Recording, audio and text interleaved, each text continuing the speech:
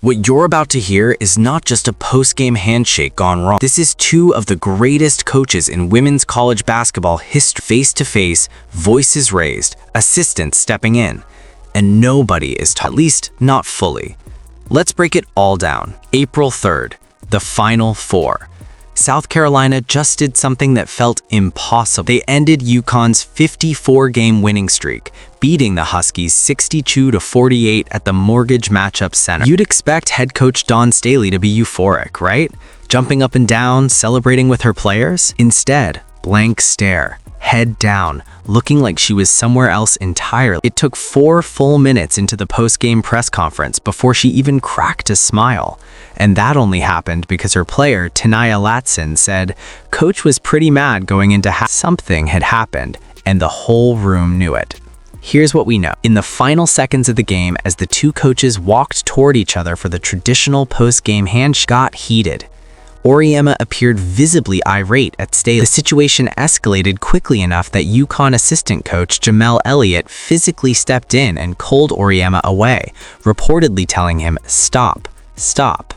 Now that is not normal post-game behavior. That's tension that had been building the entire game, and it finally boiled over. When the media asked Staley what happened, she wasn't giving anything away. You can ask Geno the question. He's the one that initiated the conversation. "I don't want what happened there to dampen what we were able to accomplish today." They asked her again, same answer. I think that's a Geno question. She was protecting the moment, protecting her team's achievement, but it was clearly still on her mind. So the media turned to Auriemma, and at first, he was equally tight. "I just said what I had to say. Nothing. Nothing." But then, after being pressed, he revealed what sparked his frustration. The protocol is, before the game, you meet at half court. Anybody see that before? Two coaches meet at half court and they shake hands. They announce it on the loudspeaker. I waited there for like 3 minutes, so it is what it is. He felt disrespected before the game even started. In his mind, Staley didn't show up for the traditional pre-game half-court handshake, and that sat with him all night. When a reporter pointed out there were photos of the two coaches together before the game, Auriemma brushed it off. "No, I think you missed the point of what I'm talking about." He wasn't done though, because here's the thing. The pre-game protocol moment may have been what he brought up at the handshake, but his frustration was building well before the final whistle. At halftime, during a live ESPN sideline interview with Holly Rowe, Auriemma went off. There were 6 fouls called this quarter, all of them against us, and they've been beating the shit out of our guys down there the entire game. I'm not making excuses because we haven't been able to make a shot, but this is ridiculous. And then he took direct aim at Staley's behavior on the sideline. Their coach rants and raves on the sideline and calls the referees some names you don't want to hear. And now we get 6-0. I got a kid with a ripped jersey, and they go, "I didn't see it." Come on, man. This is for the national championship. This is where it gets really interesting.